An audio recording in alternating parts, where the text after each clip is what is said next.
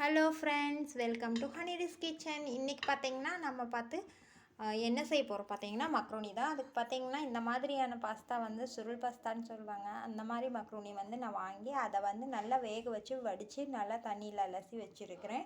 இதுக்கப்புறம் பார்த்தீங்கன்னா நமக்கு தேவையான பொருள் பார்த்தீங்கன்னாக்கா பச்சை மிளகாய், அப்புறம் வெங்காயம் நீல வாக்கில் நறுக்கி வச்சுக்க, இஞ்சி பூண்டு பேஸ்ட்டு 1 ஸ்பூனு, அப்புறம் ஒரே ஒரு தக்காளி நறுக்குனது, கொத்தமல்லி இலைகள். அப்புறம் பார்த்திங்கன்னா மஞ்சத்தூள் தேவை. மஞ்சத்தூளுக்கு அப்புறம் பார்த்திங்கன்னா மிளகுத்தூள் அதுவும் எடுத்து வச்சுருக்கேன். அவ்வளோதான் நம்மளுக்கு தேவையான இன்க்ரீடியன்ட்ஸ். இதுக்கு தேவையான அளவு உப்பு மட்டும் நம்ம சேர்த்துக்கணும். இப்போ நல்லா எண்ணெய் காஞ்சிடுச்சு. இது கூட நம்ம ஃபஸ்ட்டு போட போகிறது என்னன்னு பார்த்திங்கன்னா பச்சை மிளகாய் தான்.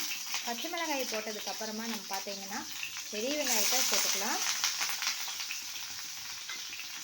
பெரிய வெங்காயமும் போட்டு நல்லா நறுக்கினதுக்கப்புறம் பார்த்திங்கன்னா நம்ம இஞ்சி பூண்டு பேஸ்ட் போட்டுக்கலாம். இஞ்சி பூண்டு பேஸ்ட் போட்டு நல்லா இதை கலரி விடலாம். இதில் கொஞ்சமாக மஞ்சத்தூள் சேர்த்துக்கோங்க. மஞ்சத்தூள் சேர்த்துட்டு நல்லா இதை வாசனை போகிற வரைக்கும், நல்லா பச்சை வாசனை போக வரைக்கும் நல்லா வணக்கி விடுங்க.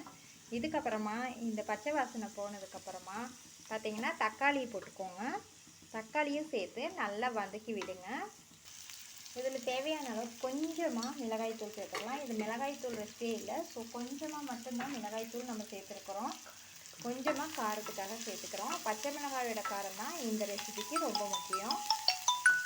இதுக்கப்புறம் பார்த்தீங்கன்னா கொஞ்சமாக மிளகுத்தூள் ஆட் பண்ணிக்கலாம். இதுக்கு மிளகுத்தூள் கொஞ்சம் எக்ஸ்ட்ரா போட்டுக்கோங்க, ஏன்னா நம்ம மிளகாய்க்கு பதில் மிளகுத்தூள் தான் சேர்த்துறோம்.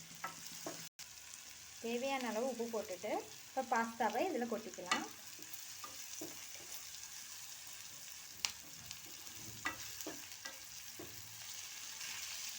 இப்போ நம்ம பாஸ்தாவை இதில் கொட்டி கலரி விட்டுக்கலாம்.